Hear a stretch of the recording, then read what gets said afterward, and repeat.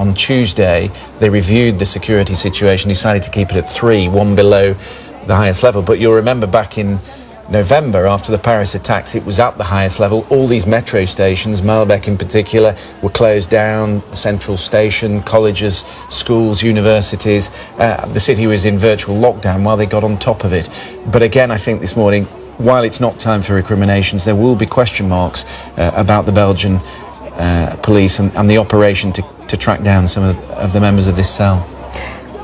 What are you hearing via all the news agencies about what is going on at other airports? Because security at other airports being stepped up, Gatwick Airport in London. Very quickly, all the European authorities are looking at their security and reviewing. We know David Cameron is calling a meeting of the COBRA committee, the emergency committee. Eurostar terminals are closed down. I would think probably Thalys, the train from Paris to Brussels, that's probably being closed down. Everything that's coming into Gare de Midi, which is very difficult to police because it has multiple entrances, so that would be one station they would shut down, I think, almost immediately. So I would think there'll be lots of people stuck on trains on the tracks heading to Brussels at the moment, and I would suspect in Berlin, in Paris, in London, everyone working very quickly to ascertain what they can. Of course, in these situations as well, they will want to close borders because we know how quickly people flee the scene, and we saw that after the Paris attack. So I think there will be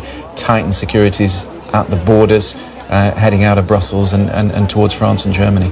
And just for people just joining us, bring us up to date with the latest that you have on the casualty figures following on from these multiple explosions across Brussels. So we have at least one explosion, but I'm loath to call it two because we don't know because of the echoes in buildings and things, but certainly one explosion in the international airport this morning. Reports that shots were fired, that exchanges in Arabic were heard, reports of perhaps a suicide bomber in the international airport, and then very quickly after that we had a report from the Malbec metro station, which is about 500 metres from the European Commission building, just down the road from the council building as well. Very busy at rush hour this time in the morning. We hear that 13 are thought to have been killed so far at the airport in Brussels, and another 10 at the Malbec station, so that would make 23, but very early days.